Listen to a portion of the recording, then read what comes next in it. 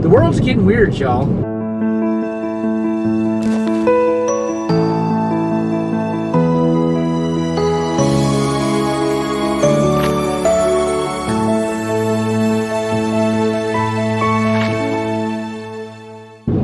Yeah, I know that's a hell of a thing to say at times like this. I mean, of course, the world is topsy-turvy right now and nothing's normal.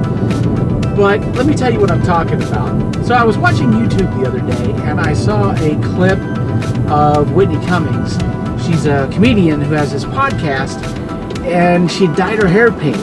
And there were a lot of comments being made about the fact that she's walking around with pink hair now. It's just like what I was talking about in my first vlog. When you don't really care about what people think about you, you're more willing to try some stuff and be experimental. I suppose a lot of people out there are doing that right now. People dyeing their hair at home, and some people even shaving their heads. It's crazy. But what I find interesting about alternative culture, at least my understanding of it, and I think this really has a lot to do with my interest in Eastern philosophy, because I think its differences in Western philosophy are really telling in this situation. Because in Western philosophy, you tend to be one thing. Something is either this thing or it's that thing. And in Eastern philosophy, you see more of something moving between two opposite poles. You know, like yin and yang. Looking at alternative culture through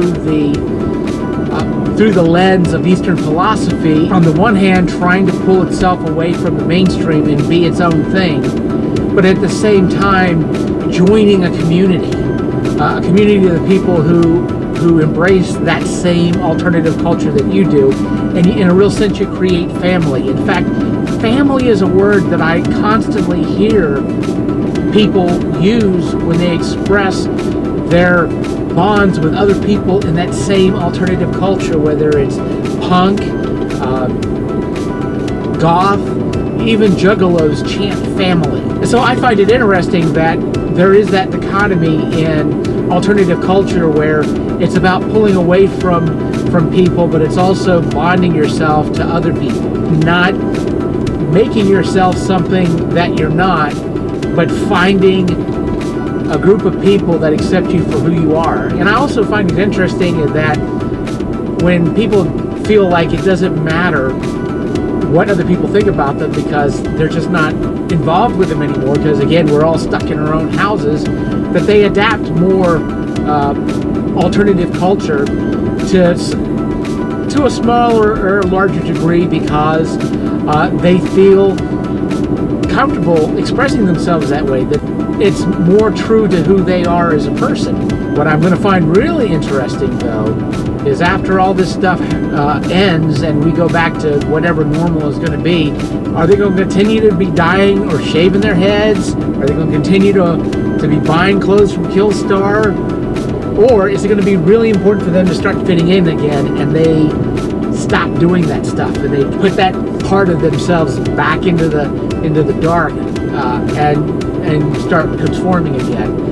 I think it's going to be really interesting to see how many people actually do stick with the changes that they've made, and how many people basically wipe the slate and go back to doing what they always did.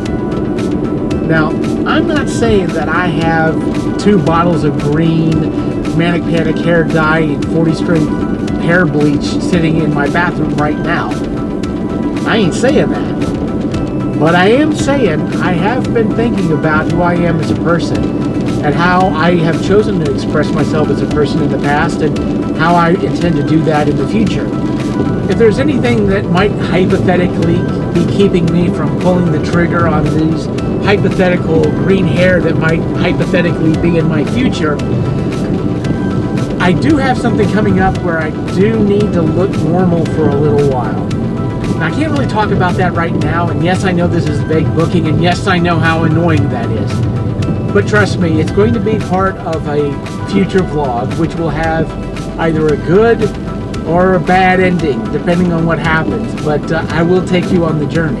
But I do want to say that if there was any time to be experimental and to redefine who you are as a person and to really look at who you are and try to figure out who you are inside, how you would actually choose to express yourself, if you had the choice and didn't allow other people to decide those things for you. I mean, if there was any time to do that, now is the time. So what are you waiting for?